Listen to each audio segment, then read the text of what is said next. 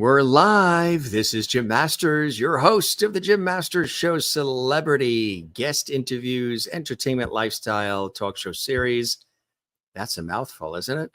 Welcome, everybody. You saw on the screen our special guest. We're really excited. Acclaimed author, novelist Brian Duren is here, coming to us from Minnesota, USA. He's an extraordinary author, and his specialty is literary fiction.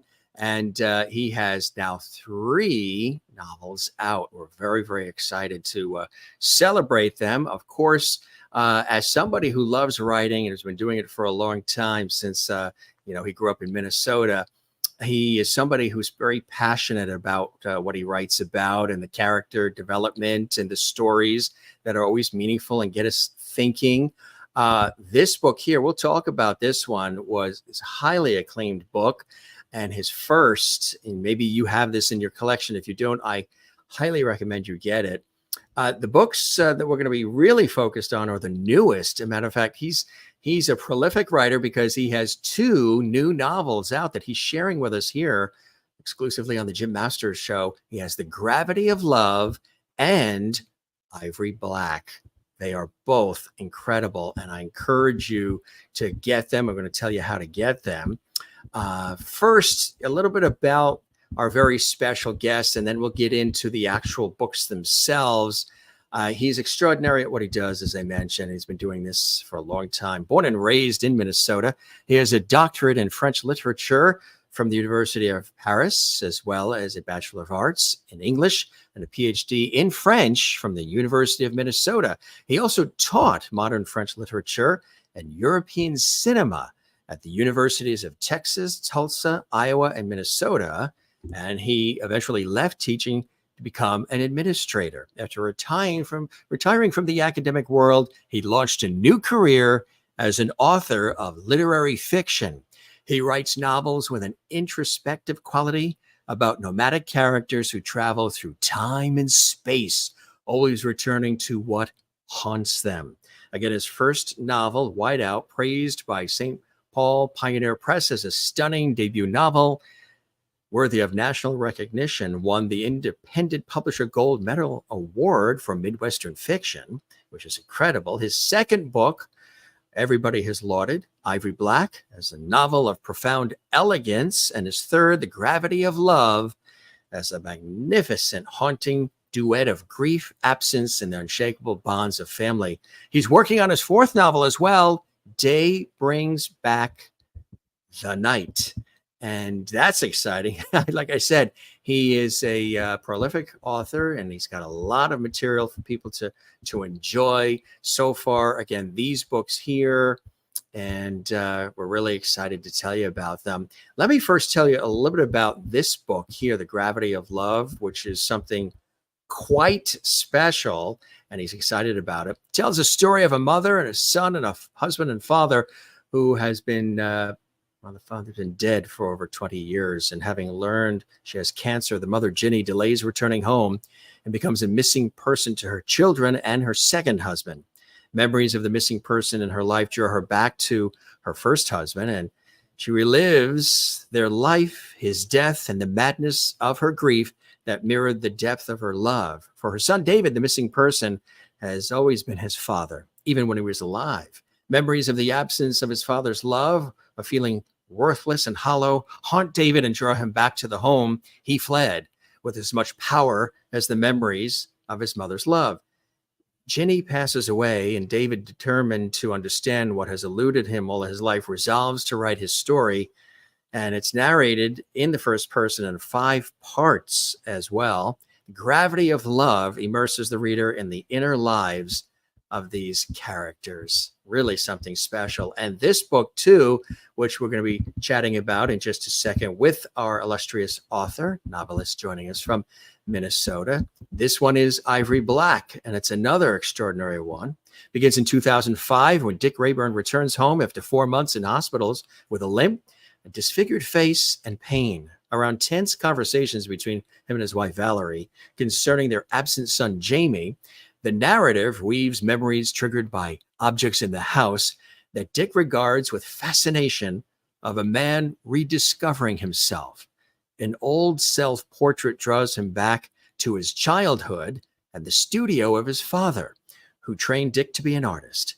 And while an article critical of the Iraq War by the journalists to whom he was engaged when they were graduate students, it resurrects the person he was and the woman he loved. Dick relives his evolution from child artist and left-wing university student to the war profiteer Valerie blames for Jamie being in Iraq, and cannot stop reliving the horror that he's witnessed the day he flew into Fallujah and was shot down as his helicopter left the city. Now, to cope with the memories that haunt him, Dick returns to his childhood passion of painting, and he paints what he saw in Fallujah, the person he feels he's become, and the loved ones he has lost. The images emerge from a deep, dark background, and the principal ingredient of which is ivory black. Really cool, huh? That's just a little snippet. I don't want to tell you the entire story, folks. That's just a little snippet. You see it on the screen there, and it's really something quite special. So we're going to talk about all these and so much more. There I am back on the screen for all of you. Thanks for joining us, gang. If you want to participate in this live show, guess what? You can do that. How do you do that? All you have to do is subscribe to our YouTube channel, which is painless, easy. It helps us grow. It helps us expand. When you do that, it helps JMS, the Jim Master Show, reach millions more people around the world. And be sure and click the notification bell when you subscribe to the channel, which is that subscribe button you see on the top of the YouTube channel. When you click the notification bell, you'll never miss any of our live episodes. You can participate, have fun with us. If you want to comment while the show is on live, we give you that opportunity as well. We have something called the JMS Lovely Hall Chat Room, which is the chat section that's live and active during the show. You can chat during the show, say hello, interact with one another, and say hello to us as well. We might even share a couple of comments on the screen. Don't forget to support our series. You can do super chat, super emoji, super stickers. That helps us big time. And 24/7, 365, anytime you want to support us, there's a heart icon on all the episodes, underneath the title of all the episodes on our YouTube channel, Jim Masters TV. It's called Thanks. It's a heart thanks. Click that. You can support our channel and the hundreds and hundreds and hundreds of episodes of our series, almost 1,000 episodes we've done since launching the series just 3.5 years ago. So that is how it works here at JMS. We welcome everybody. We see a lot of comments coming in. Now it's time. He's got his nice cup of coffee by him. He's all settled and comfy in his house in Minnesota. Join me in welcoming acclaimed author, novelist Brian Duren here to the Jim Masters Show for the first time, and definitely won't be the last. Welcome to the show, my friend. It's a pleasure to have you with us today.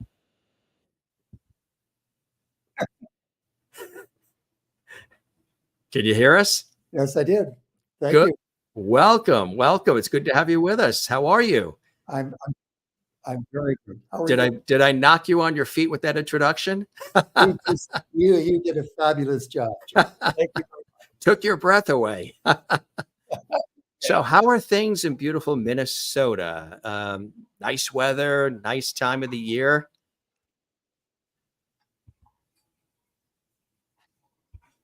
Can you hear us? Are you having trouble hearing us? There's a little bit of echoing, but on your end?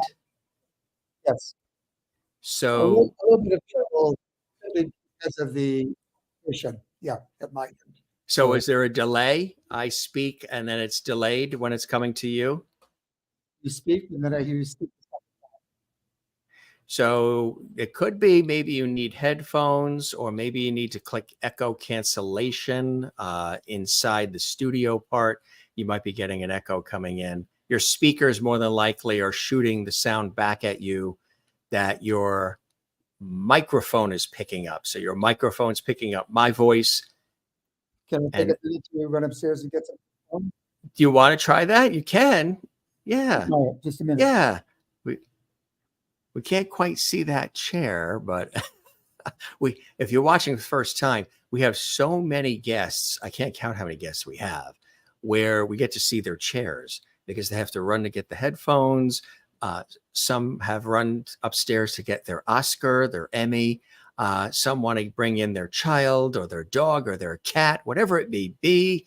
We are here to please. So how's everybody doing? I just want to again tell you that our very special guest, is an acclaimed author and novelist, and he is somebody who it's like he's going to come in it's like a mystery guest. Who's behind square number one? We shall find out. Actually, the way the windows are, it looks like doors. Like, let's make a deal. Door number one, door number two, door number three. You know what's great about this? Since we are live and unscripted, that's kind of cool with the stripes, huh? That is really cool. I like that. It looks like, does that not look like a slinky? Okay. When you had your shirt, you hear me? Do you hear me now? I hear you now. Perfect. It was very cool because when you had your striped shirt up towards the camera, it almost looked like you were playing with a slinky because of the stripes. We went a little retro just now. Mm-hmm. That was terrific. So that's how it works, folks. That is a little behind the scenes of the making of a live show. So welcome to the show, Brian. It's a real honor and a pleasure to have you here. And we were mentioning the weather here in the Northeast. The weather is absolutely beautiful. We're getting ready for the fall foliage to start. It's starting a little bit now. Some of the leaves are changing on the trees. How is it there in Minnesota for you? Well, right now it's very cool. It's in the low 60s, upper 50s, but it's relatively clear. But we had 90-degree temperatures just a couple of days ago in Minnesota, USA. It was 92. Wow. Unheard of. That is absolutely unheard of. Yes. I'd love to talk, before we talk about these extraordinary books and your amazing career and all the rest. I really am, the fact that you have decided to embark on writing and be a prolific novelist, an award-winning novelist as well, I think is a blessing, and it's extraordinary. You're doing what you love and you love what you do. But you had an opportunity to immerse yourself in French literature and French language. Tell us about the early times for you in that world first, and then we'll talk about the extraordinary books.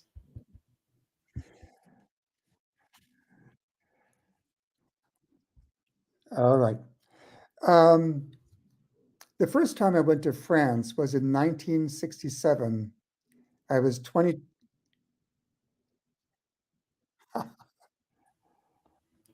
I was 20.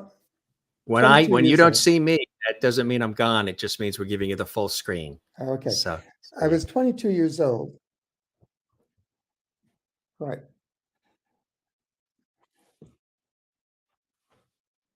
You could keep speaking. I will. The floor is yours.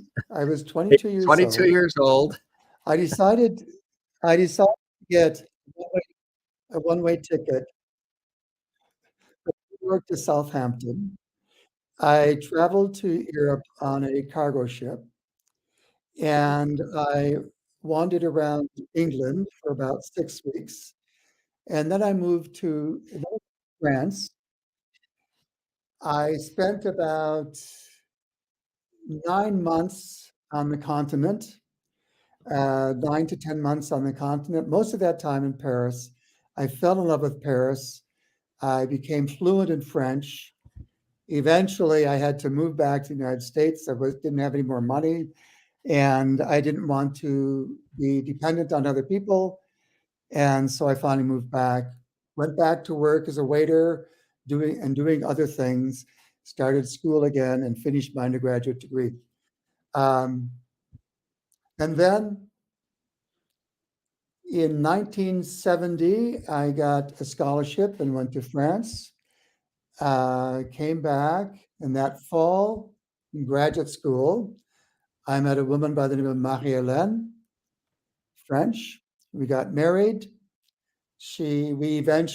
I eventually got a scholarship from the French Ministry of Education to do a doctorate at the University of Paris.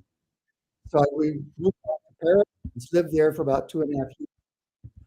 I completed my doctorate, got permission from the University of Minnesota to use my thesis from the University of Paris, complete my doctorate at the University of Minnesota, ended up with 2 PhDs. And so that is the French connection. I love that, the French Mhm. connection. That is quite a connection. And then you decided to get into administration as well, right? That's correct. Yeah. Did That you enjoy that in the world of administration? Or mhm. would you prefer the teaching? I loved teaching. Teaching is something that I've always missed. I think I was very good at it. Yeah. I taught modern French literature and European cinema. Um, but the requirements for tenure at the University of Tulsa changed while I was teaching there. And my third year there, the tenure track is like a probationary period. My third year there, they changed the requirements for tenure in such a way that it made it impossible for anyone to get tenure. And so I, along with five of my colleagues, resigned the following year.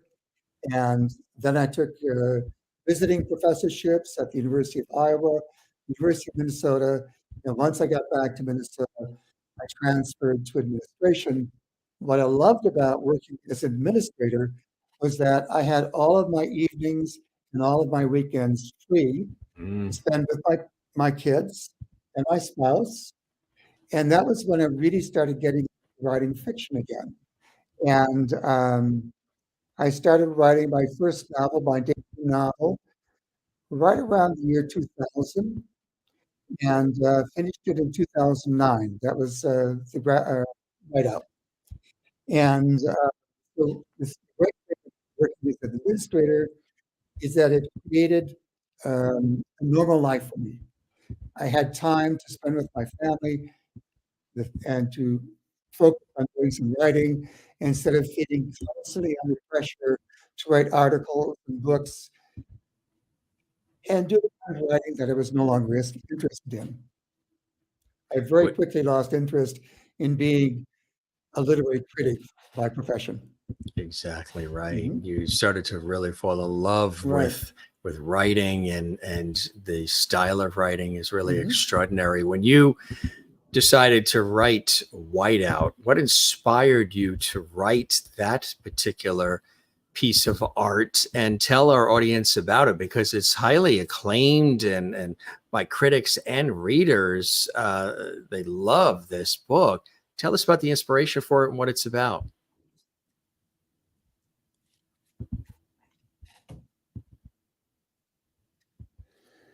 I think the inspiration for Whiteout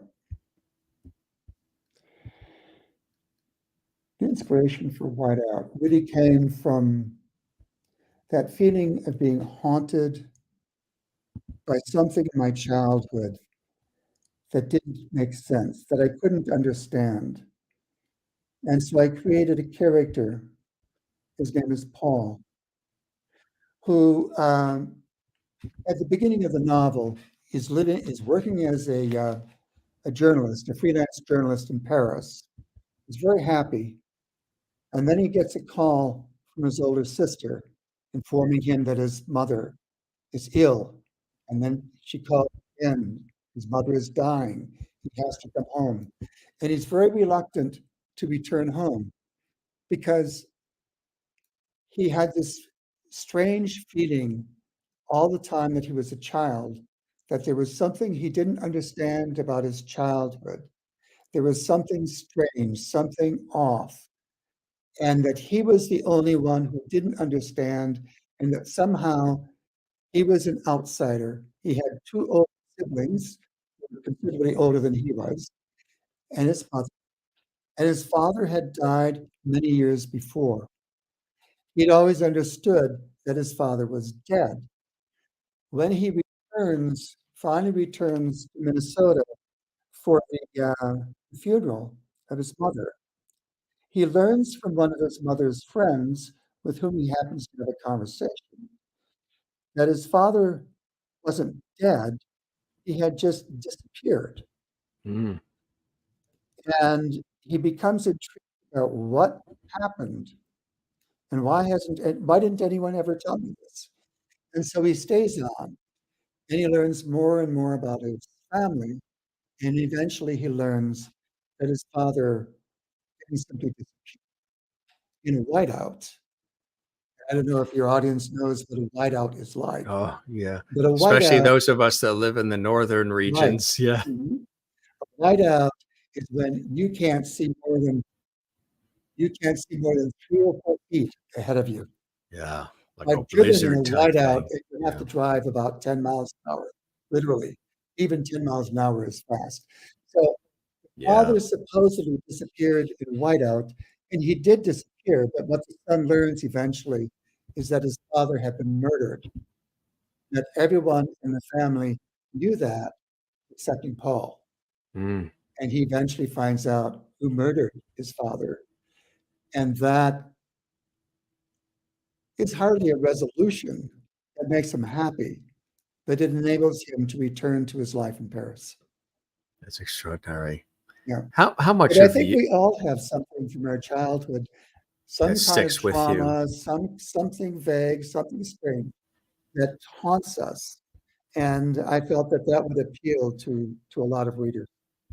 They can connect with it, and there's that Yes. relatability that Mhm, exists with it. mhm, It's really a fine piece of work. The mhm. How much of you and your experiences are woven into the characters in your books?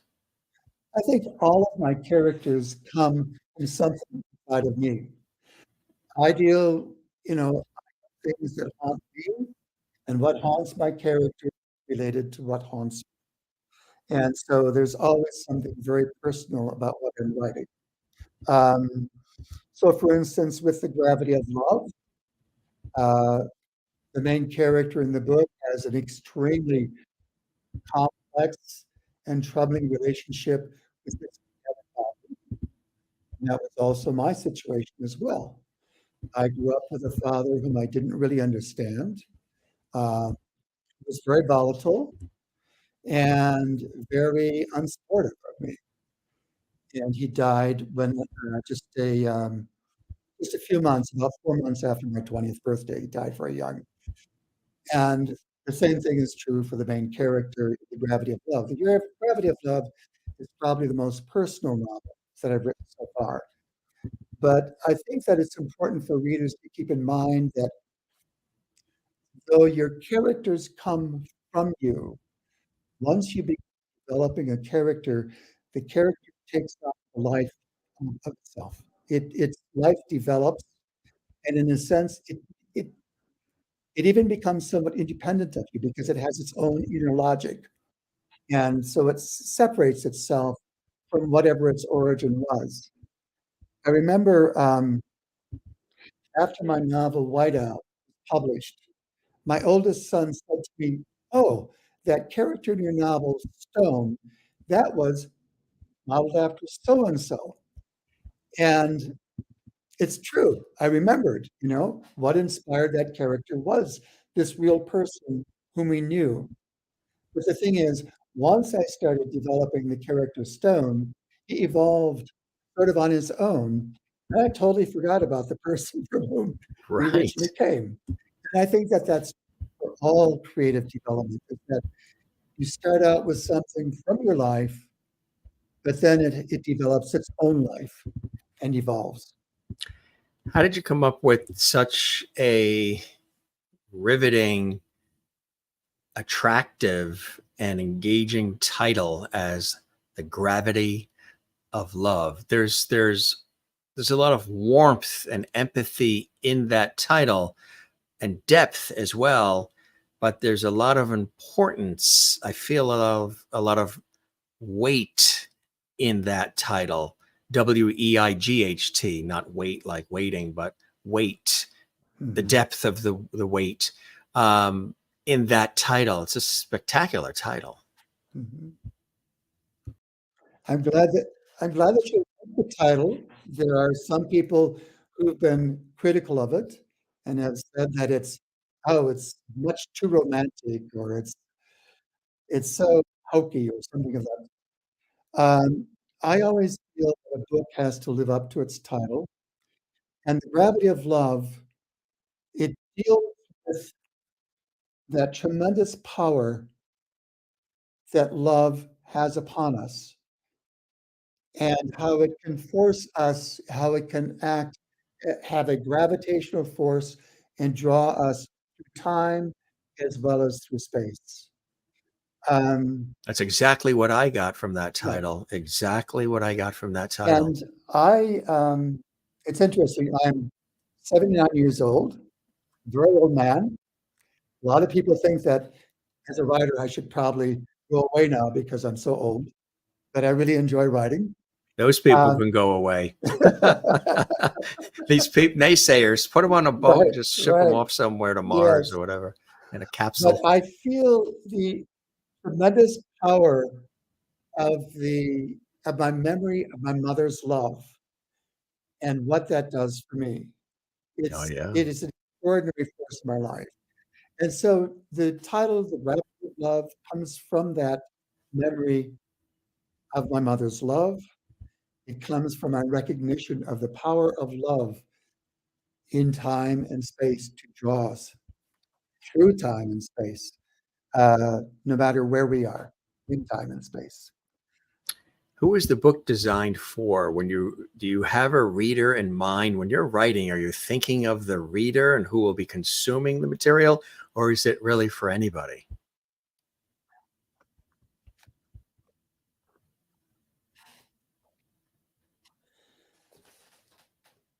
I think it's really for anybody. First of all, I want to point out that the cover of this book is a dream. It is just a dream. And it's the experience of the main character, whose name is David, is that this was a recurring dream in his childhood when he was a boy.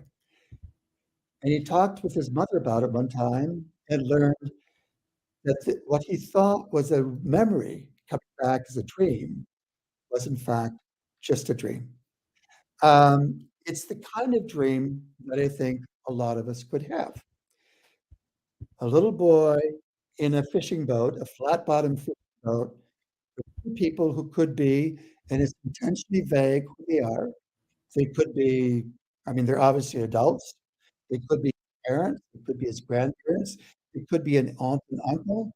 It's intentionally vague who those people are, but somehow they're important to that little boy. Mhm. And I felt that that image appealed to a lot of people, and I think it works perfectly for the book because it is something that the main character desires but never had. Mm. Mm. They desire and they never had. Right. I love the way you have one looking one way, one looking the other, and then the child sitting there just sort of daydreaming, fantasizing, Mhm. thinking. Mhm. Um, it's it's very powerful. It's very powerful. Thank you. Is that, is it a photo? Is it animated? How was that created? It's beautiful. It looks like the cover looks like a painting. Oh, it was created by the cover designer. Yes, she did Yeah. it. Um, I Or Yes, illustration. Yeah, not yes. animation, but illustration. She Yeah. did a wonderful job. Yeah, spectacular. Mhm. What do you hope the reader is left with a book like this?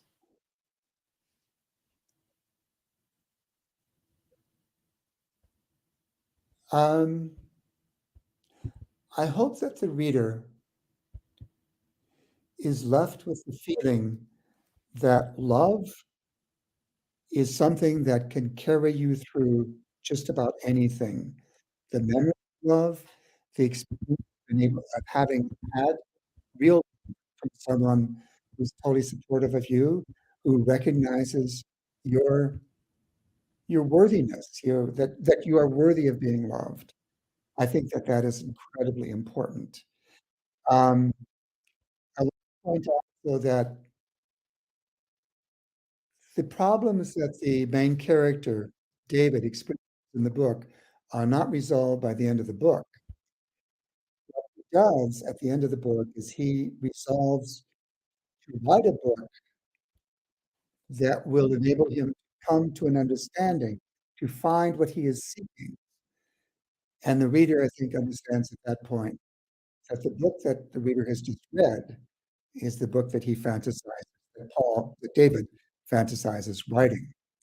So I think that on the one hand, I want the importance of love, really intergenerational love in our lives, to be put in the foreground, to be something that the reader experiences, and to feel the importance of that.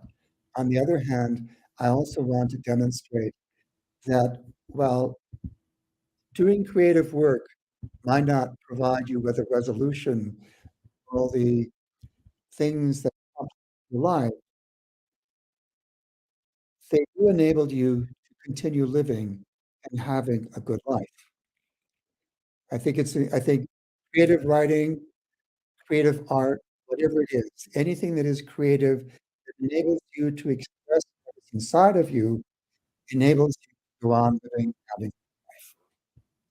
Do you find your writing is a part of that for you? It's expressing what's inside of you as much as it relates to the reader, and they then make it their own. They tie in their own life's journey to the books and plug in different puzzle pieces of their own life as they're reading. They're identifying with characters. They're identifying with storylines.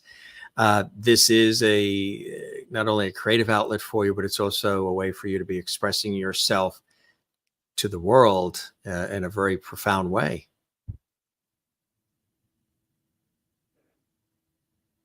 Mhm. Yes, it is. Yes, it is. I think this is something that I would have liked to have been able to do when I was in my 20s or 30s. Earlier, yeah. Yeah, but I was on my own when I was about 18 years old, and very early on, worked my way through college. When I was 1969, I had to decide if I was going to go to graduate school or what I was going to do. There were almost no MFA programs in creative writing, so I went into French and became a professor and went down that track until I couldn't stand it anymore. Um, I can't tell you how happy I am to finally be able to do the writing. I would have loved to have been able to do when I was in my 20s. Um, I'm going to keep on doing it until I can't do it anymore. I hope that the readers take inspiration from that. Uh, a long time ago, I was encouraged to conceal my age because there's a lot of age discrimination in the publishing world. Now I read. Now that right there is a major statement, because a lot of people, I don't think they realize that. They think that it would be maybe in sports, in the business world. It's definitely in the entertainment, on camera, on stage world, public figures. But in publishing, you would figure um, I would gravitate. Well, I have a lot of different things I read and I enjoy, but I revere and honor and appreciate and respect people who are seasoned veterans, people who, through their art, whether it is writing, whether they are on air television, radio people in my world, whether they're entertainers, athletes, whatever they do, they've put the time in, they have the experience, they have a myriad of different ways that they've dealt with things in their life, and they can come at the presentation of their art in a way that has a certain confidence in it, has a certain understanding of what life's about and the human connection and the human condition. So like, you're in a good spot right now, Brian. And, don't let any of that get in your way, because you've got a lot of experience and wisdom and a phenomenal background, great family, supportive family. You've taught, you've administered, and probably ministered in certain ways as a teacher. You're kind of like a minister. You've touched a lot of lives, and now you're doing it through your expression of who you are, regardless of age or any of that. That it doesn't matter. I think somebody who's, and I say, when somebody says, well, I'm an old person now, or I'm older, I say what you are is a seasoned veteran. and they're like, "Oh, I like that better." You've put the time in, and you have every right to do what you do, Mhm. and people should pay heed to it, and they have. Your books get great responses and reviews, and you can see it on Amazon. You can see Mhm. the connection people have, and again, you're coming from a place of having lived and continuing to live, honor, and appreciate life and living. And that has great value. It's the gravity of living. Very well put. Thank you so much, Jim. Yes, and very similar to how I feel. I have wanted to present myself more as, I don't like to use the word model, but just someone who can accomplish things even at my age and who perseveres in spite of encountering from time to time a lot of age discrimination. I love doing this. I love writing.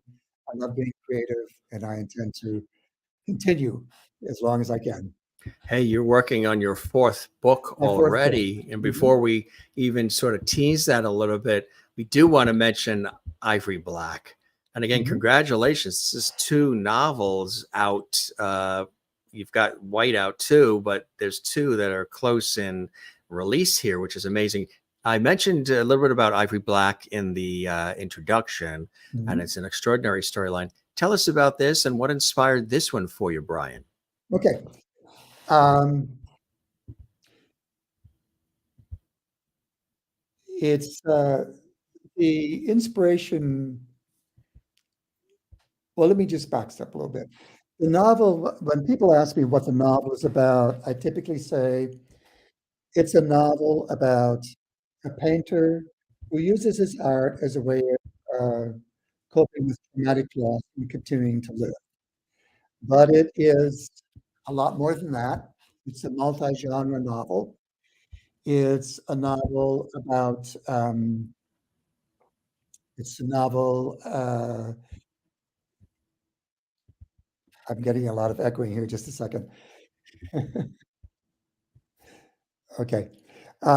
It's a multi-genre novel. It's a coming of age story. It's a picaresque novel. We have a character who travels all over the United States and Europe and into the Mediterranean and Iraq. It's a novel about love, about romantic love, about the love that binds parents and children, and about the love that people desire, the love that they're missing, and about the fear of love, because love can be frightening. If you love someone, there's always the possibility that that person can disappear. Mm-hmm. It's also about a novel about war, about corporate and political corruption, and it's a novel, like all of my novels, a novel about memory and the power of memory in our lives. So, what inspired me to write this? I think on the one hand, it's was my fascination with painting. Um, there are a lot of painting scenes in this novel, and because of that, I had my partner Jane, who is a visual artist. I had her put together a group of 6 professional painters to read the first draft, make sure I got it all right. And then I returned to a few of those painters later with questions and so on, and had them review the final draft for me, etc. Uh, I wanted to do I really wanted to immerse the reader into the life of a painter, the experience of a painter, what it's like to be really feeling overwhelmed by emotion and trying to deal with that via the art of painting. Um, so my lifelong interest in art, I should point out that the first really major love of my life was a young girl, a student at Minneapolis College of Art and Design, back in the days when it was known as the Minneapolis School of Art. So Mm-hmm. there was this long interest in art that that motivated me. On the other hand, there is also this feeling of how do you cope with mistakes that you make in your life? Mhm. How do you continue going on when you've hurt people and you want to make amends for that and that sort of thing? So it was motivated by a number of different things, but it's a very complex novel. It appeals to a lot of different people. It appeals very much to visual artists and art lovers, but it also appeals an awful lot to people who really love literary fiction. It does not appeal to people who are strictly into genre fiction, like who love just romance novels or something of that sort. Right, and that's what's important for people to realize as well. The distinction in that it's quite a it is quite a novel. I love the cover too. Tell us about the design of the cover for this one. Okay, the cover was designed by a cover designer who works frequently, a freelance cover designer who works frequently with Guernica Editions, Oh which is yeah, a Canadian publisher in Toronto, Canada. yeah. Um, I very much like the kinds of books that they publish. Their slogan is "No boundaries, no limits," and that's the kind of fiction that I'm into. Uh, the art, the artist who designed it, I simply communicated to him what I was interested in. I had him read the novel. He could see my passion for art, and he wanted to. This was one of the. He sent me a number of possible covers, and this was one cover illustration.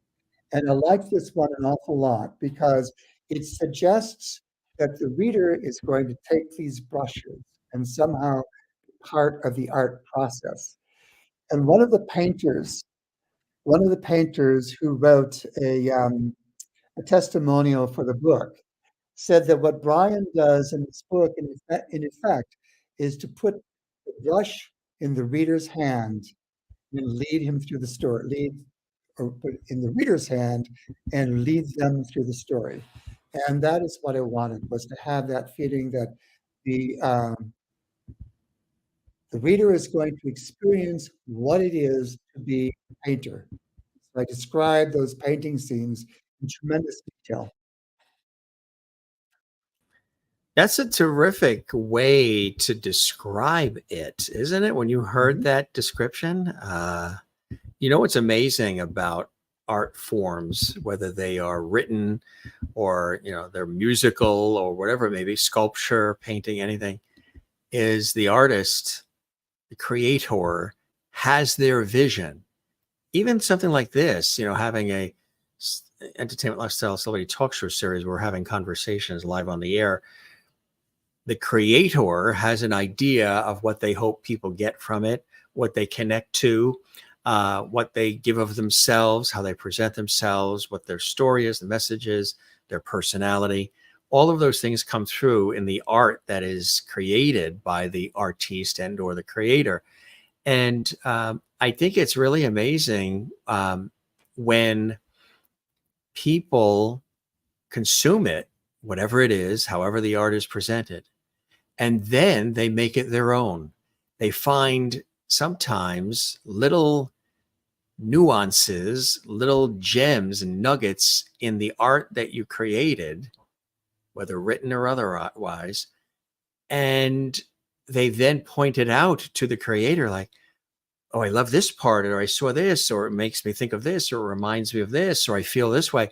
And sometimes that wasn't even something you necessarily dwelled on or thought about immensely as you were preparing it and creating it.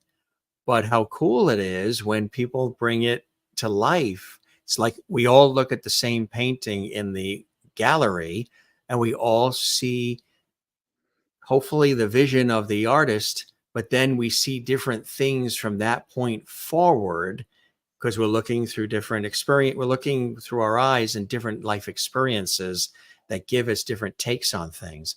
Isn't it quite amazing when you hear different things about your work from different people that might even be things that they've picked up from your material that you didn't even think about when you were writing it, but it just amplifies and beautifies your work. It's quite amazing when that happens, isn't it, Brian? Yes, it is. It's very amazing.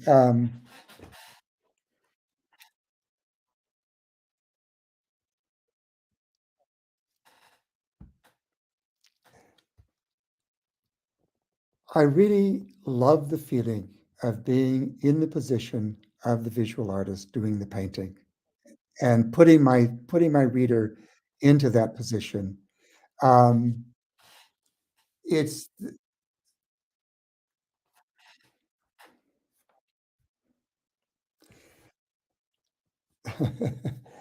I got lost in the echoes there. I'm sorry. The Echoes of Our Uh, Mind. That's going to be okay, your fifth book. Write that right. The title echoes in the down. mind. Right. That'll be your fifth book. But Mhm. I also like how you, which I've noticed, which I appreciate, how you not only pause because you're getting a little echoing in your headphones, but you pause because you deeply think about your answer. You're not just jumping at, here's my book, buy my book, all this other jazz. You're really carefully thinking about how you're responding and the beautifully melodic answers that you're giving, which I think is terrific. I love it.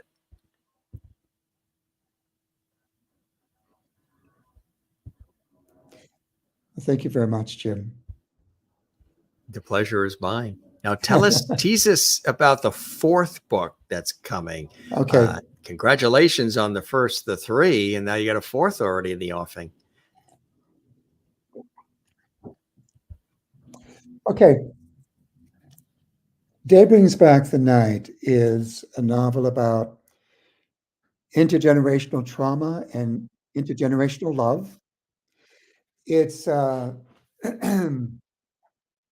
it's divided into three parts. Each part is narrated by a different character in the first person at a different time. There are 17 years between each part. Um, the first part is in the 1980s, 1988, I believe. Second part is in 2003, and the third part, or 2005, and the third part is in 2023, something like that. And each character is different. The first part is narrated by a character named Helen. Helen is married to a man named, becomes married to a man named Tom, who is the narrator of the second part. And Tom remarries 17 years later, a woman by the name of Grace.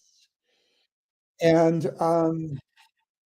it, again, it's very much inspired by my own experiences in life.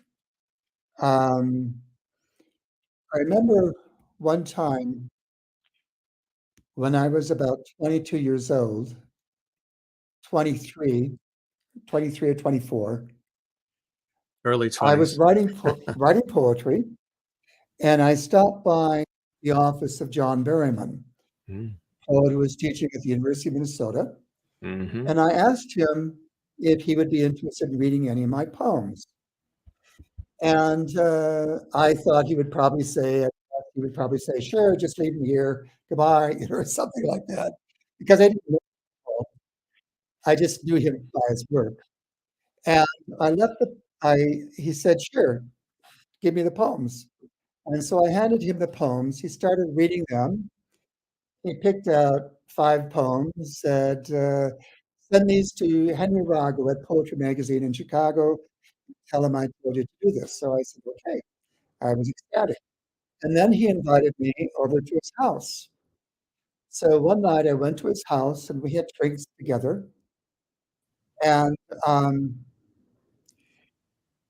he he referred about 3 times to his son as his boy, and he said his wife was upstairs taking care of the boy, and she would join us.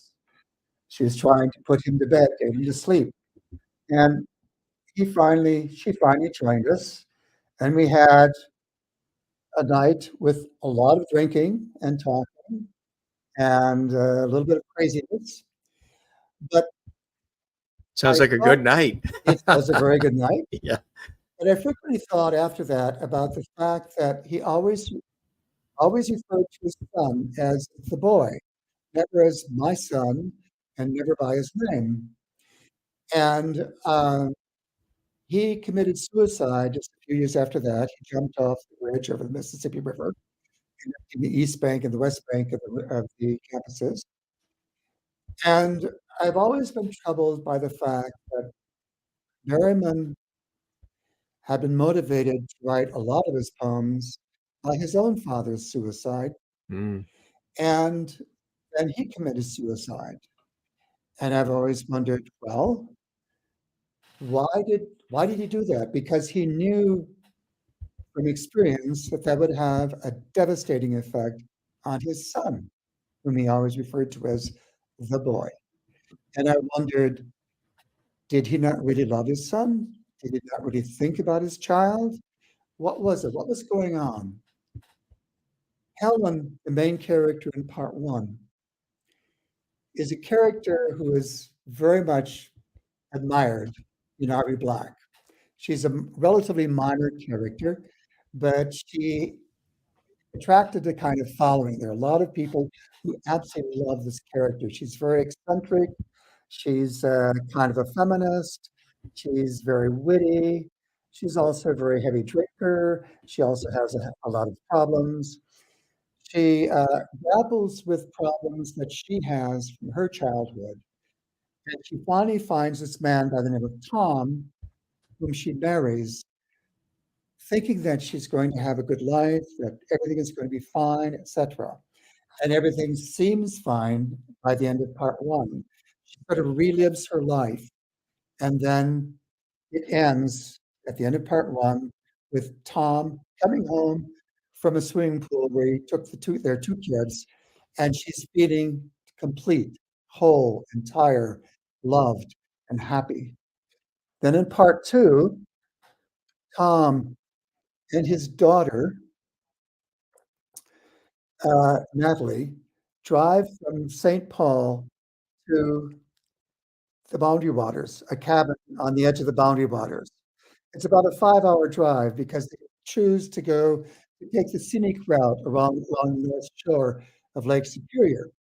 And Tom doesn't realize that his daughter has chosen to find a way to isolate him so that she can confront him with things from her childhood and her experience of her mother committing suicide. And so part two is extremely tense because Tom, who is dealing with his inner problems, also is confronted by her problems, and they hash things out. And things, of course, are not resolved by the end of part two. Part three, Grace is the main character, Tom's second wife, and she has inherited all of these problems that cover 3 generations. And it's all about how she maneuvers to bring love to this family in such a way that they can at least find some kind of way of going on and living their lives in a meaningful way. That's Mm. basically what it's about. So you can see how all of my work is interconnected. All of my work is focused on what is going on inside of these characters, what haunts these characters, how do they deal with what haunts them. Um, and because I'm interested in that, my style is moving more and more toward stream of consciousness. I think that's one reason why a local writer by the name of Peter Geye alerted me to the work of John Frost, the Norwegian novelist who just won the Nobel Prize. I've read some of Foss's novels. They're beautiful, beautiful pieces of art, total stream of consciousness. And there is not, in all three of the novels that make up his septology, or 3 books that make up his septology, there is not a single period in any of his fiction, not one. I love stream of consciousness because it enables the reader to bring the character's past into the present. And as Faulkner said, the past is never dead, it's never even past. We are, in part, what our past is. It informs who we are. And I want to try to bring forth the complexity of human life by bringing forth the past that is constantly complicating the present lives of my characters. And so, in order to do that, I'm shortening the time of the present in my novels. So, for instance, in Day Brings Back the Night, part one covers a period of about 5 hours, during which Helen is going through things that she has to sort out because she and her husband have purchased a new house because her husband was just informed that he has been given tenure by Macalester College. In part two, it's a 5-hour drive from St. Paul to the Boundary Waters, and Natalie has her dad, Tom, trapped in the car, and he can't run away. He has to answer her questions, and she can confront him with everything she wants to. And in part three, the family is at the cabin, and Grace spends the evening with the family, and then they go to bed. And that part ends with Grace talking with the spirit of Helen, whom she now has inside of her too. So each part is about 5 hours long, but it covers many, many years of each character's life. Did you ever toy with going into psychology? I think did. you would have been I ideal. Yeah, I could see that. Yeah. When I was in high school, I can't remember if it was my junior or senior year in high school, we got a new psychology teacher. I took his course, and one day after class, he talked with me and he said he was interested in having his students next year, perhaps, read a book by Freud. And he was wondering if I'd be interested in reading it and letting him know what I thought of it. I believe, if I remember correctly, the book was 3 Essays on Sexuality. An interesting choice for high school kids. Probably would have been banned today. Right. Probably didn't have it. You probably ran out of books there at that school. Right. I read it. I was really fascinated with it. And by the time I finished graduate school, I think I'd read most of Freud's works. And then I read a lot of Lacan, Jacques Lacan, the French psychoanalyst, and other psychoanalysts as well. And when I was a professor, I taught a course called The Literary Freud, which dealt with the interconnection between literature and Freud's work, the influence of literature on Freud and the influence of Freud on literature. And each time I taught the course, I would end the course with a novel that basically was somehow rewriting an essay from Freud. And then I also developed a course with a friend of mine who had done a doctorate at University of Michigan in a special program called a special program called critical psychology, which combined the study of philosophy with the study of psychology. And he and I developed this course, or team taught a course, which actually I developed, called, and this is hilarious, French Freud. And it was about Freud, Lacan, and the French philosopher Derrida. We team taught it. He focused more on the philosophy. I focused more on the French psychoanalyst and so on, and on Derrida. What was it about French culture, literature, French for you that spoke to you initially to want to be so immersed in it all these years? Is there French in the family? That first time that I went to France when I was 22 years old, I fell in love with French poetry, and in particular with the poet Rimbaud. And I got to the point where I could recite an awful lot of poems by Rimbaud. I just, to me, he was, at that time, he was the greatest writer in the world.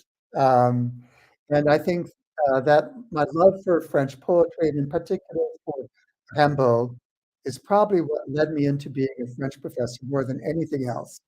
I remember when I was a graduate student in the Department of French and Italian at the University of Minnesota, the professor with whom I took a course on Rimbaud said to me one time after class, he said, he said, you should probably be teaching this course and not me. That's So right. it started then. There were other things too. When I was 19 years old, I discovered Proust, and I read In Search of Lost Time. Mm, I felt then it was the greatest novel I'd ever read. I still hmm feel that way. I ended up writing my dissertation at the University of Paris on Proust. It was entitled Proust et l'écriture des désirs, Proust and the Writing of Desire. And it was about the way in which Proust would, uh, would describe something that was desired early on in one of the novels, but it would be delayed and delayed in being realized, that desire. And it would create subtexts, and the subtexts would eventually materialize, they would come out. And then mm, when they did come forward, it would be something like literature of the fantastic, or like magical realism or something like that. And people always classify Proust as a realist, but you can't classify a writer that complex in that way. He's um, he's a realist. He's a surrealist. He's a magical realist. He's a lot of different things. He's a mm, very complex writer, and In Search of Lost Time is an extraordinarily complex book. One of the things I love about it is I think it has something bordering on the complexity of life itself. At the same time, that is incredibly beautifully organized. mm. So I think it was my love of literature, my love of poetry, my love of Proust, etc. There wasn't any writer in the English language about whom I felt as strongly as Proust, in spite of the fact that there were American writers whom I really fell in love with: Melville, uh, F. Scott Fitzgerald, Thomas Wolfe was someone I loved when I was in high school. Um, I was always a really voracious reader. I was a horrible student my first couple years in high school, until this English teacher I had my junior year um, talked me into going into college and so on. But I'll never forget the first time we met after class. She asked me, "What would you like to do when you graduate high school?" And I said, "I want to be a drifter and keep a journal." And have a VW bus. Yes, absolutely. So And do you feel that you've accomplished that, or is that the direction you're going in now in what's supposed to be retirement, but he's still doing his thing? I think that in my mind, I'm still that young man who's a drifter, keeping a journal, wandering through time and space. Yeah, Could be the subject of another of novel. another novel. Yes, See? yes, Right. Make note of these things, Brian. right, We're right. developing work for you here. I already have two more novels in my head. You do. Two. Oh, Mhm. that's fantastic. Maureen's watching in Arizona. She's got a great question. Thanks, Maureen. She goes, Did Brian, you? does your brain ever wake you up at night with an idea for your book that you have to get up and write down? So as the inspiration's coming, you've got to get to pen to paper and jot it down before it goes away. Great question. That that is a great question. Um, I'm embarrassed to say that it doesn't happen anymore. It used to happen when I was much younger. Um, when I was living in Paris, for instance, when I was a graduate student, I always kept a notebook next to my bed, and I'd wake up and I'd write down dreams and ideas and so on. But I have to confess that now my main objective when I go to bed at night, once I finally get to sleep, is just to sleep. And I don't wake up in the middle of the night to write down dreams or ideas for books, etc. I think that Do any of your dreams come into the stories? Like when you wake up in the morning, things that you've dreamt about that you're able to remember? yes, Yeah.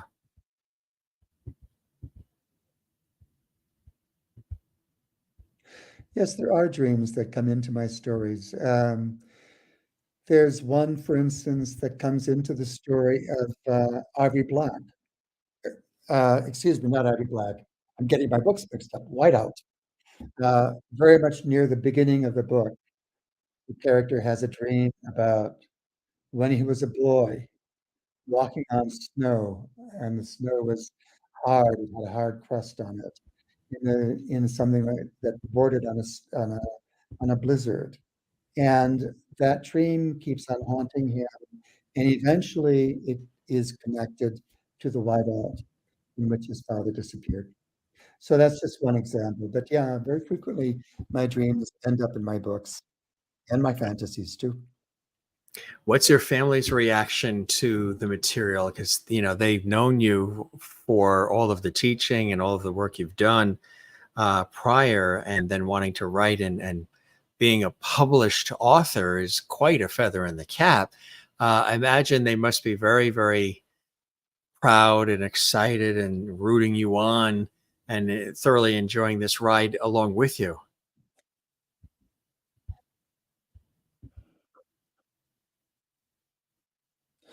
Um, my older sister Sharon is uh, is probably the only one of my siblings. I have four siblings, and I think she's the only one of my siblings who reads my books. I don't know if my other three siblings have ever read any of my books. Um, I'm kind of an exception in my family. The only person I know in my family who was a really big reader was my mother. We I was a little bit of an insomniac when I was young, when I was in my early teens, mid-teens, and I would sometimes have trouble sleeping, get up, go sit in the living room and read a novel for a while. And every once in a while, I'd run into my mother, who would also be in the living room reading, or she would get up while I was there and come in and join me. And sometimes we would just sit and read together. Sometimes we'd talk a little bit about what we were reading. Um, she was always very, very supportive of me. Um, my father was totally indifferent to me and was never supportive in any way. And I think that of my siblings, I think, and I don't mean this in a disparaging way, but I think that the only one of my siblings who probably has any interest at all in the kind of work that I do is my older sister, Sharon. Um, my younger sisters, I don't think have bothered to read any of my books, and I don't think my older brother has read any of my books either. How about your immediate family, the children and the wife? My And yeah, children are very proud of me. Yes, I have four yes. children, and they're very proud of me. And one Um, is, I was mentioning, one's a playwright. Yeah, in and New I think York. that my writing has had a huge influence on them. My youngest son, Daniel, as we talked about this a little earlier, he's a playwright, lives in New York. He's had some plays produced. He's 28 years old. He works as an assistant to Samuel D. Hunter, the playwright, who also a MacArthur Fellow. Daniel worked with him on the adaptation of his play, The Whale, Hmm. to film that Darren Aronofsky directed. And so Daniel is very much inspired by my work. And Michael, my second youngest son, who is 31, he's also very much interested in writing and literature, etc. He's a software engineer, and but he's got a passion for music. And I'm beginning to see his passion for music. He was a musician, a composer. He was in bands, and he had a problem with alcohol. He left the whole music world behind because He found that just about everybody he knew in the music world was either a drug addict or an alcoholic or something of that sort. And so he decided to become a software engineer. And now he's bringing his technology together with his music. And I think that that's going to lead to the creation of some pretty sophisticated electronic music. He's already had some electronic music played on the radio, but he's been inspired by me and my oldest son, Neil, who's an international business broker. Neil is also very much in love with my work. He's not an artist, but he definitely loves my work. And my daughter, Kathy, who is a psychotherapist, uh, See, also is very much inspired, I think, by my work. Yes. That's a So my quite own a children and well-rounded. my partner Jane, who is a visual artist, she is incredibly supportive. Just think of all the different things that they've chosen to do, which is Mhm. extraordinary, Mhm. but yet they have a connection to them as well. Um, you're in a spot where, you're enjoying and you're expressing profoundly, your thoughts through these characters. The characters too, I would imagine,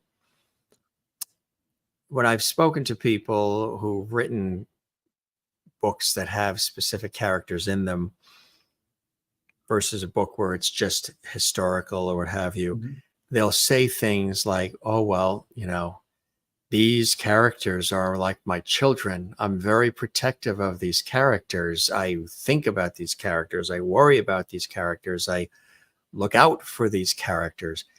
Do you find that same connection to the characters? You're very protective of them and they almost are like children in a way?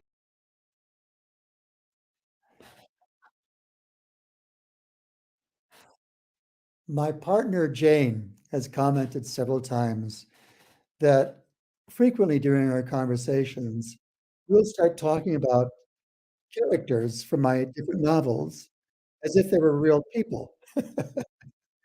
And they are, in a sense. They have a life of their own.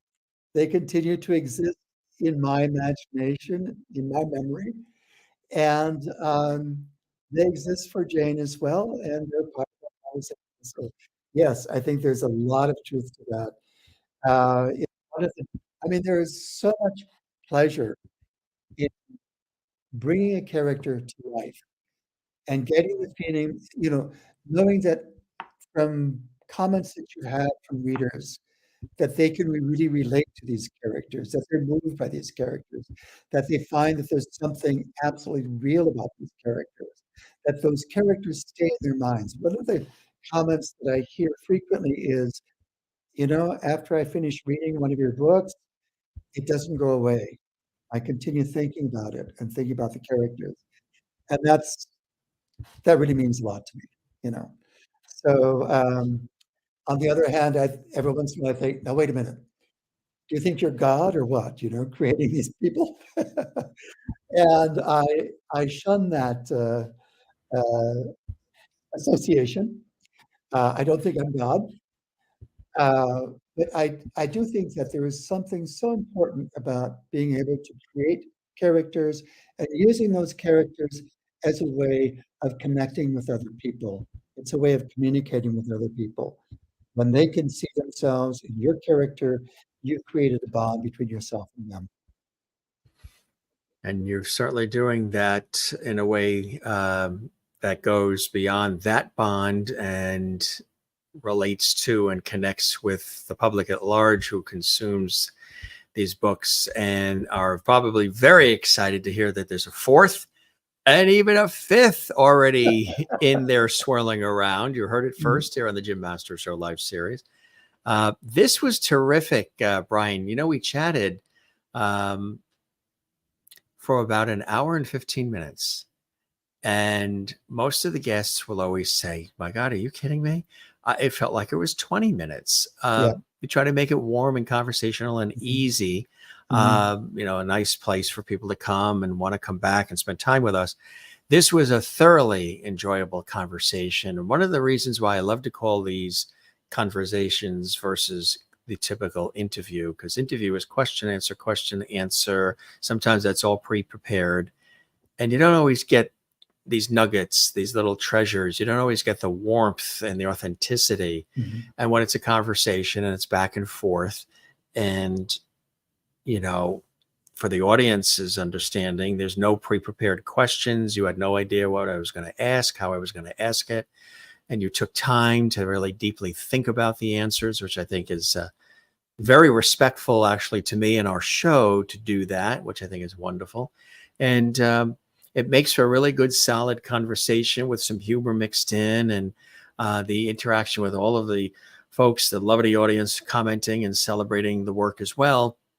I think it just tops off to be a really, really nice experience. And for me, this definitely has been. And I think what happens too is it also allows the viewers, those who know your work, those who've learned about you for the very first time, to know the person behind the writing, behind the novels. Who is this person? I see this name on these books. What makes him up? What drives him? What intrigues him? Why is he curious? You know, what's his background?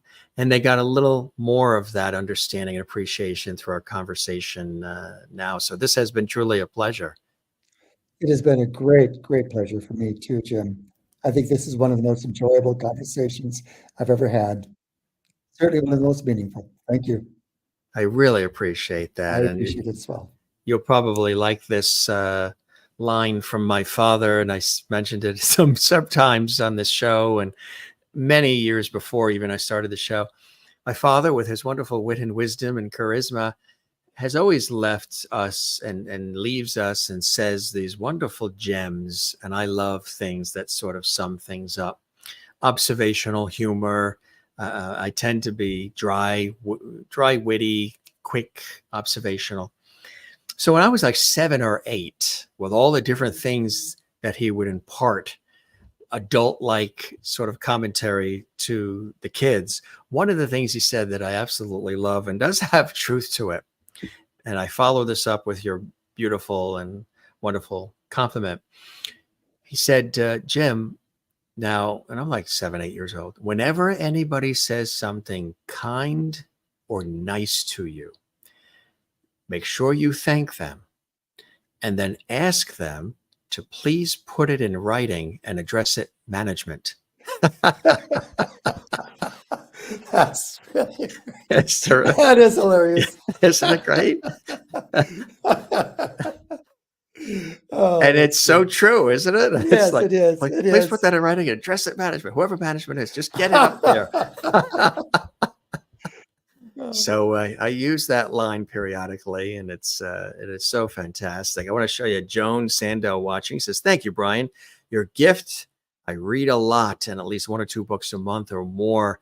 And thank you. I'm thrilled to be with you because of Jim's gift to all and because of Jim having a vision, I guess, to have you on the show. I thank you for that comment, Joan, as well. And I believe she's also familiar because with your work, because she goes, hi, Jim. Welcome, Brian. You're a great writer. Love your books. Thank you. So yeah, a number of folks in our audience are already familiar, which I think is beautiful. And those who weren't are going to check out the book. We've got a very proactive viewing audience. So they're already telling us they're going to be going online to get the books. Of course, you can go to Amazon and all. And if you want to dig in a little bit more, know a little bit more about our illustrious guest, you can go to his website, which is right there on the screen as well. And as we mentioned, these are available as we speak, and more coming down the pike, which is very, very exciting news to hear. Some of our viewers, some of the regulars that pop up in our lovely Hall area here. Maureen in Arizona says, how wonderful that your children are all so successful. You must be a very proud papa. I'm a very proud and very happy papa. Mm-hmm. Kathleen in New York City, thanks for being here, Brian. Your books sound awesome. Good luck with all you do. Maureen also adds in Arizona, thank you so much for being in lovely Hall this evening. And I had explained to Brian the whole light, love, levity, and slip up and levity, which he enjoyed. And he definitely is one of our levities. You are amazing. I wish you nothing but the very best with each book and every next book. Merlin watching in Canada in the Ontario area says, thanks, Brian. If I was a writer, you would be a real inspiration. Jane watching in Sweden. A very interesting show. Thank you, Brian, for being here. Thank you, Jim. It is our pleasure. Just some of the comments live, and then usually there's many more that come in as well later. We encourage everybody to give this episode a like, leave a comment on our YouTube channel right underneath this episode, and of course, subscribe to our YouTube channel, Jim Masters TV. Brian, a real honor and a pleasure. We're going to keep the porch light on for you, as I always say. Okay. You are welcome back to join us here at the Jim Masters Show anytime, and Thank do you spread so the much. word about our show. We would love that. It takes a village. If you know other folks who think like to pop on, they're all welcome to as well. Thanks so much for being with us. We'd love to. Thank you so much, Jim. Absolutely. It's been a tremendous pleasure. The pleasure is all mine. We'll chat again soon. New friend made. You be well. And you heard you heard everything in double, right? Tonight with the echo. Okay. So it really sunk in. You're going to remember this, and you heard it in stereo, as I call it. That's what they used to say on FM radio, the announcers, or the jingle singers. They would sing the jingles for the stations. Right. And when FM radio was being developed, and FM radio was developed, you know why FM radio was developed? FM radio was specifically developed so they could take the beautiful music, easy listening instrumental format, all the orchestras and all the instrumental music, and take it off AM and put it on FM because of the fidelity and the stereo capability. It made the music sound 10 times better on FM than on AM. So it was because the beautiful music format was on radio, and it was like the #1 radio format in America for over 40 years. Everybody had a beautiful music station or two in their city. They created FM radio as a result. And sometimes the jingle singers on certain stations, they would sing, FM 101, stereo. to elaborate on the word stereo, your stereo. That's where that comes from. You learn something new every day, right, Brian? Right. Yeah, that's it. Oh. All right. You be well, and you finish that cup of coffee. Good night. Keep writing for all of us. We appreciate it. I shall. Have a good night, sir. Take care. Take care. Cheers. Brian Duren here on the Jim Masters Show, live entertainment, lifestyle, celebrity talk show series, an extraordinary conversation. We do want to show you again the books that are available, with more to come, which is quite exciting. Of course, Whiteout, and he graciously went in depth about all the books too. Ivory Black, another extraordinary one. The Gravity of Love, another fantastic one as well. We really thank him for joining us, and keep a lookout. You see his website there on the screen. These are all available at Amazon as well, and where books are sold. And very, very cool to have him here. And we are very honored to have him stop by from Minnesota. And a little interesting in the beginning, with the audio there, but it all works out in the end. Good things come to those who wait. That's what makes the show unique. We do it live, and sometimes things are a little wacky with audio. Sometimes if somebody can't hear, and we work it out live. Believe me, I've done that so many times on television or radio as things are happening. So, acclaimed author, novelist, Brian Duren, extraordinary man with a kind heart and a great soul, stopping by and joining us here on the Jim Masters Show. How cool was that, gang? We thoroughly enjoyed this, and we appreciate you being with us here as well. And we encourage you to click this button. You see that on our YouTube channel. It's in red, or it's in, or maybe it's white, and it's the thumbs up sign for all the episodes that you enjoy that we present to you here on the Jim Masters Show live series. Give it a like. Definitely leave a comment. Please do leave a comment. Even if you've commented in the chat room, what really counts to us being able to get these out to more people is when you drop a comment on the episode itself on the YouTube channel. There's a comment section right under the episodes.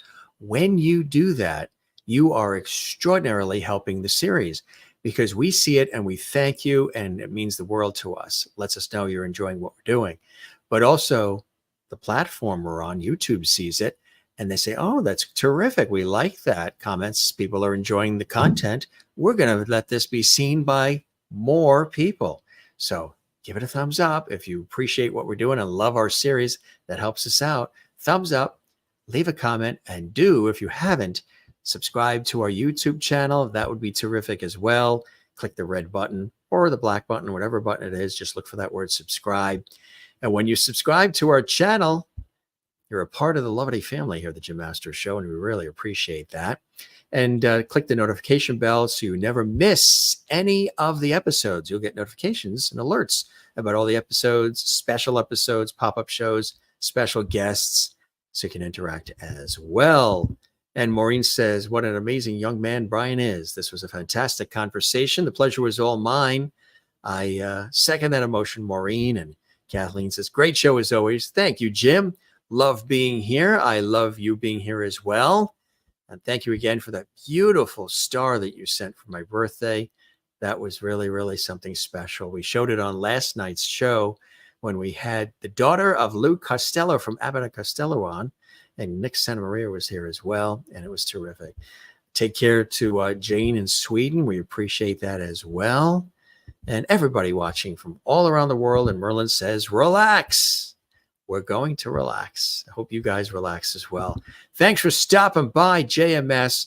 More great shows coming up, extraordinary conversations and entertainment and music and laughs and everything you hope from a talk show series, a celebrity talk show series, as we continue to grow and expand.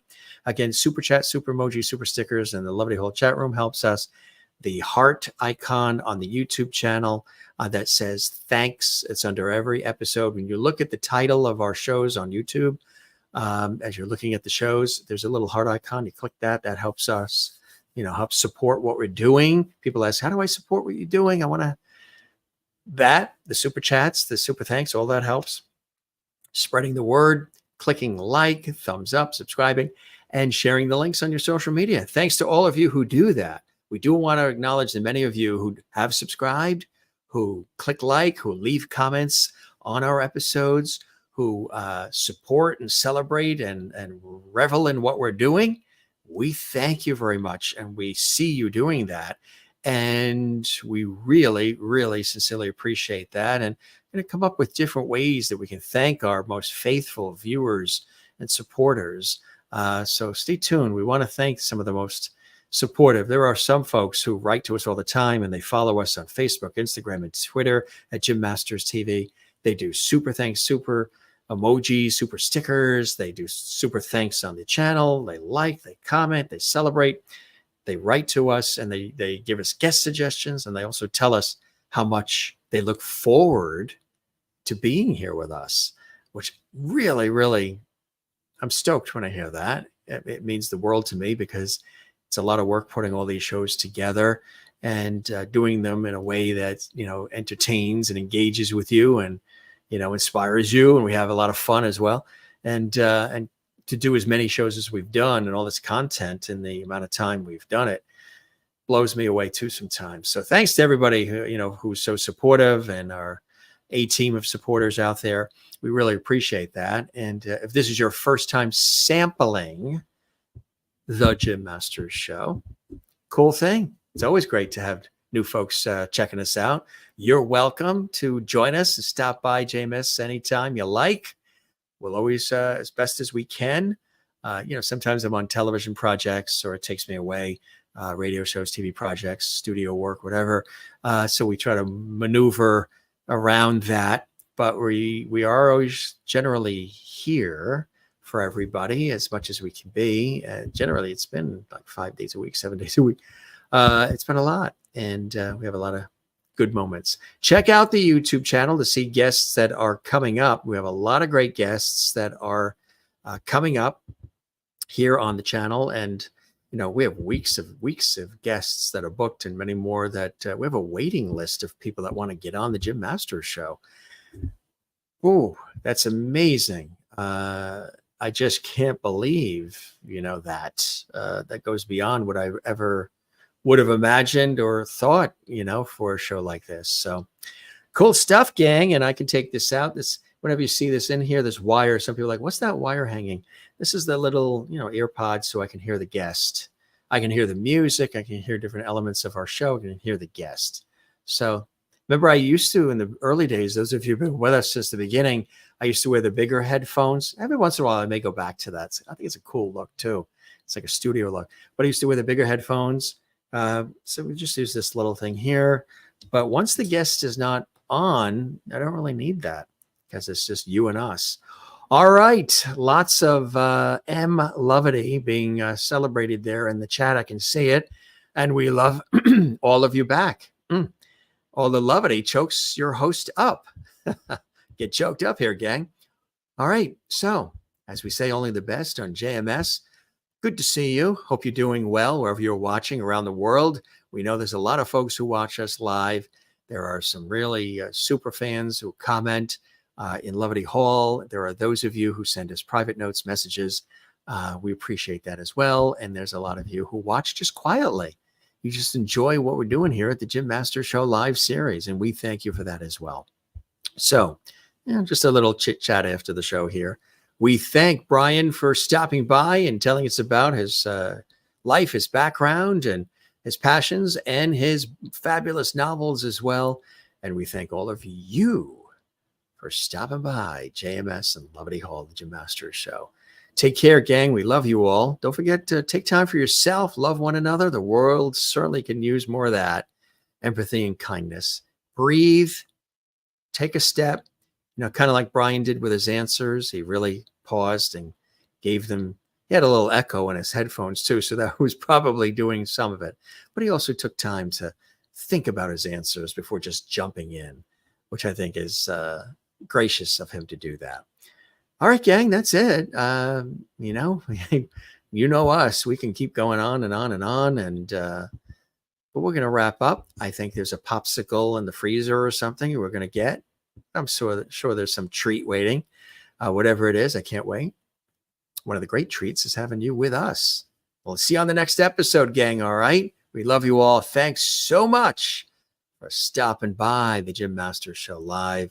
If this is your first time, come back and see us. If this is your millionth time, it's almost like that. It feels like that sometimes, the amount of shows we've done. Come back and see us again. We really appreciate that. And interact and say hello. We'll see you again soon, all right? Thanks for stopping by. I'm Jim Masters, your host, thanking you for your time this time till next time here on the unique series we call the Jim Masters Show Live. See you again soon. Be well and cheers.